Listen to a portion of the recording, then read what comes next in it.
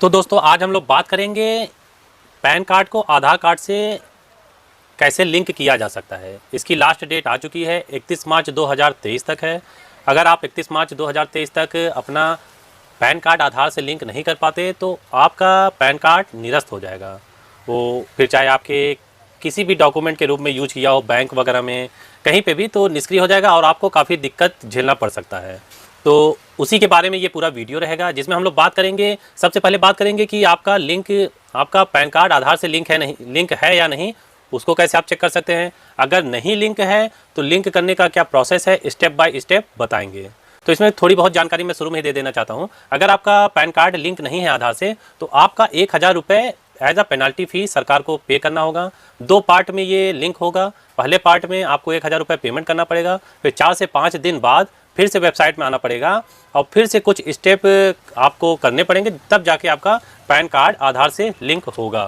तो चलिए अब हम लोग शुरू करते हैं कि कैसे आप अपने पैन कार्ड को आधार से लिंक कर सकते हैं। तो इसके लिए गूगल पे आपको टाइप करना पड़ेगा इनकम टैक्स, और इनकम टैक्स की वेबसाइट पे आपको आना पड़ेगा। इनकम टैक्स का यूआरएल मैंने डिस्क्रिप्शन पे दिया है, वहाँ से भी क्लिक करके आप डायरेक्ट इनकम टैक्स की वेबसाइट पर आ जाएंगे। जब आप इनकम टैक्स के नए वाले पोर्टल पर आ जाएंगे तो यहाँ पे लेफ्ट साइड में आपको क्विक लिंक का मेनू दिखेगा। यहाँ पे आपको लिंक आधार का एक मेनू दिखेगा, उस पर क्लिक करके आप अपना पैन कार्ड लिंक कर सकते हैं। लेकिन उससे पहले आपको अपना स्टेटस जानना होगा कि लिंक आपका पैन कार्ड आधार से लिंक है या नहीं। उसके लिए सेकंड पे दिया है लिंक आधार स्टेटस, उस पर क्लिक करिएगा। उसके बाद आपका एक पेज ओपन होकर आएगा लिंक आधार स्टेटस। यहाँ पे अपना पैन और आधार डाल के चेक कर लीजिएगा कि आपको वाकई में ज़रूरत है कि नहीं पैन कार्ड को आधार से लिंक करने के लिए। जैसे ही व्यू लिंक आधार स्टेटस पे क्लिक करेंगे आपको पता चल जाएगा कि आपका आधार लिंक है या नहीं। इस केस में जो मैंने पैन कार्ड और आधार डाला था तो यहाँ पे देखिए एक मैसेज आ गया कि PAN not linked with Aadhaar, please click on link Aadhaar. एक लिंक दिया है, वहाँ पे क्लिक करेंगे तो सीधे आप एक पेज ओपन होगा जहाँ से आपको डेटा डालना होगा। तो मैं चलिए क्लिक करके वो भी आपको दिखा देता हूँ।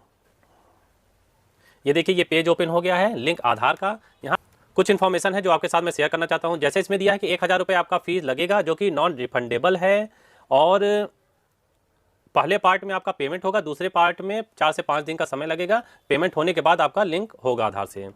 और कुछ छूट भी दिया गया है सरकार की ओर से, जैसे कि एनआरआई को लिंक करने की ज़रूरत नहीं है, जो सिटीजन इंडिया के सिटीजन नहीं है उनके लिए भी ये प्रोसेस ज़रूरत नहीं है, और जिनका एज 80 साल से ऊपर हो गया है उनको भी पैन कार्ड लिंक करने की ज़रूरत नहीं है। और चौथे नंबर पर है जो आसाम, मेघालय, जम्मू कश्मीर के नागरिक हैं उनको भी पैन कार्ड आधार से लिंक करने की अभी फ़िलहाल कोई ज़रूरत नहीं है। तो चलिए अब हम लोग आगे बढ़ते हैं। सबसे पहले यहाँ पे देखिए पैन और आधार कार्ड है, जिसका लिंक आपस में करना है वो यहाँ पे डाल के वैलिडेट पे आपको क्लिक कर देना है।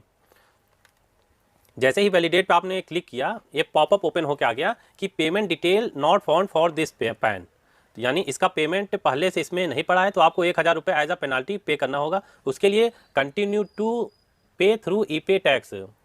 अगर आपका पेमेंट हो चुका होता तो यहाँ पे दूसरा ऑप्शन आता कि आपका पेमेंट हो चुका है, अब आप इसको लिंक करिए। तो अभी हम लोग पहले पार्ट में हैं तो इसलिए हम लोग को पहले पेमेंट करना होगा। उसके लिए कंटिन्यू टू पे थ्रू ई-पे टैक्स पे मैंने क्लिक किया।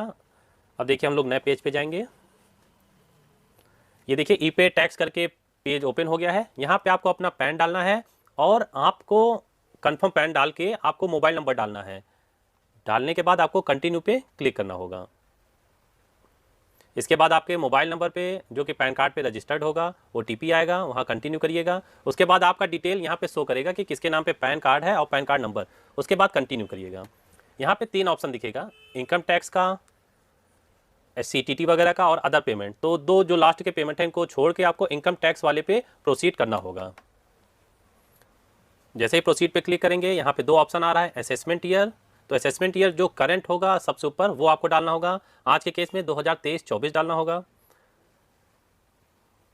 उसके बाद type of payment minor head, इसमें आपको डालना होगा 500 कोड है जिसका अदर रिसिप्ट्स में। इसको डालने के बाद आपको कंटिन्यू पे क्लिक कर देना है। यहाँ पे देखिए पूरा फॉर्म ऑलरेडी फिल्ड होके आ रहा है। नीचे पेनाल्टी फी 1000 रुपये लिख के आ रहा है। अब इसी का पेमेंट करना है।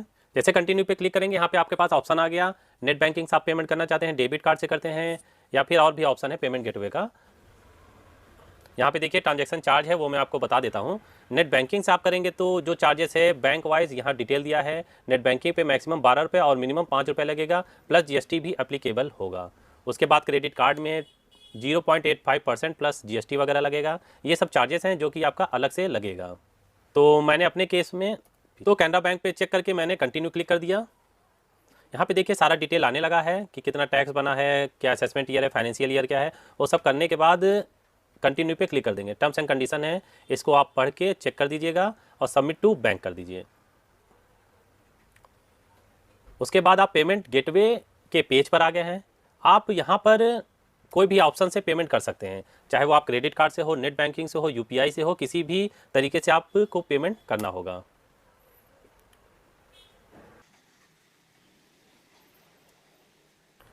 जब आप पेमेंट कर देंगे तो आपका ऐसे ही एक रिसीविंग आपको मिल जाएगा कि आपका कॉन्ग्रेचुलेसन, आपका पेमेंट हो चुका है। अब जो अगला स्टेप होता है वो 4 से 5 दिनों के बाद होगा। 4 से 5 दिनों के बाद कैसे होगा उसको भी मैं आगे आपको बताने जा रहा हूँ। तो दोस्तों, अब जैसा कि पेमेंट हो गया है और समय भी हो गया है 4 से 5 दिन, तो अब हम लोग चेक करेंगे कि अब आगे का क्या प्रोसेस है। उसके लिए फिर से आपको इनकम टैक्स के वेबसाइट पर आना है। क्विक लिंक के तीसरे नंबर के मेनू लिंक आधार पे आपको क्लिक करना है।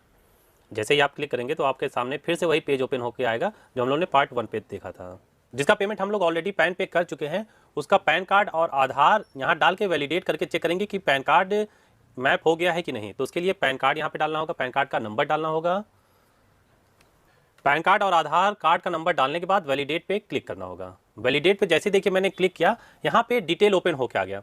पिछली बार आ रहा था कि आपका लिंक आधार से, पैन कार्ड आधार से लिंक नहीं है, तो एक लिंक दिया था, उस पर क्लिक करके हम लोग ने आगे का प्रोसेस किया था। लेकिन अब जबकि हम लोग का पेमेंट हो चुका है उसके बाद हम लोग आ रहे हैं, और ये पेमेंट होने के 3 से 4 दिन बाद आइएगा। वैसे मेरे केस में 2 दिन लगा, 2 दिन पहले मैंने इसका पेमेंट किया था, तो 2 दिन बाद आए हैं। तो यहाँ पे दिख रहा है कि आपका your payment details are verified, please click on continue to proceed with submission of Aadhaar PAN linking request. बाकी सब डिटेल है। उसके बाद मैं कंटिन्यू पे क्लिक कर रहा हूँ।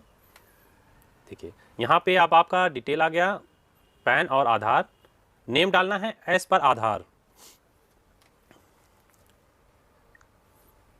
मोबाइल नंबर डालना है आपको। फिर यहाँ पे आप डिटेल सबमिट करने के बाद, डिटेल फिल करने के बाद लिंक आधार पे क्लिक करिए। मेरे केस में थोड़ा उल्टा केस हो गया है कि आधार कार्ड और पैन कार्ड पे दोनों नाम जो है वो मिसमैच है, इसके वजह से ये मैसेज आ गया।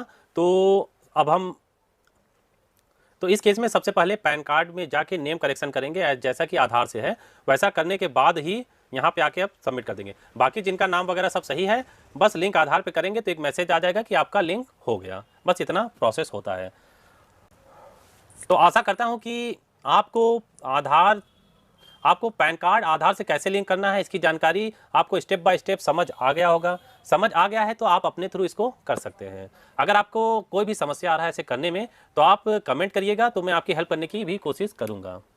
और अगर आपको ये वीडियो पसंद आया तो वीडियो को लाइक करिए, कमेंट करिए और चैनल को सब्सक्राइब करना नहीं भूलिएगा। धन्यवाद। जय हिंद दोस्तों।